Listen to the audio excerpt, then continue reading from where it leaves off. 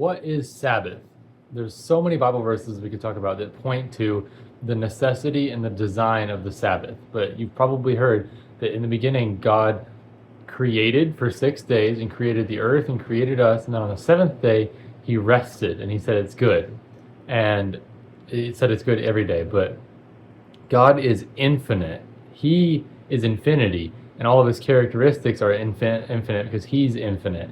And so he doesn't need sleep. He doesn't need, time to think. He created time, right? And so it's kind of almost strange knowing who God is, and knowing how much we can't know him as finite beings. We can't know him fully because he's infinite.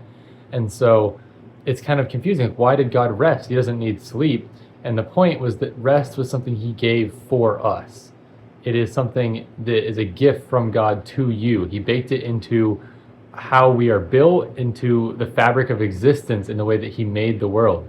And so if you think about it, we're not made to work 24/7 all the time. We have to sleep every single day and take that rest. That's how he designed us. And so the same way we have to sleep every day, we need actual rest one day a week, and to be reconnected to the fact that we exist, that we can be present and thank God for the simple living that he's designed us for, to be presently living and not so stressed out and busy and worried all the time, right?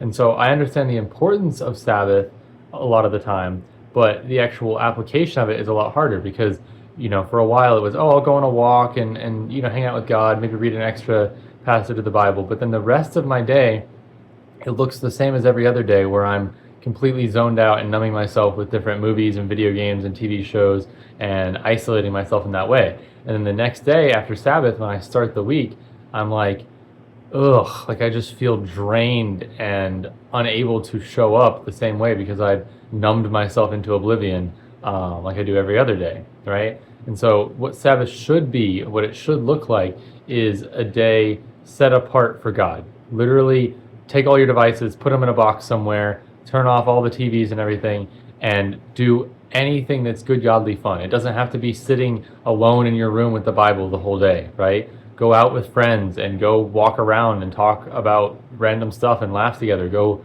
play board games with somebody, eat good food, nap, share time with people that you care about, or have quiet time of, listening to worship music. Like I said, take a nap, go do something exciting, go try food somewhere that you wouldn't normally, and enjoy life and give thanks to God in those ways for those things, rather than being busy and addicted and stressed out. So I can't recommend highly enough this book, The Ruthless Elimination of Hurry by John Mark Comer.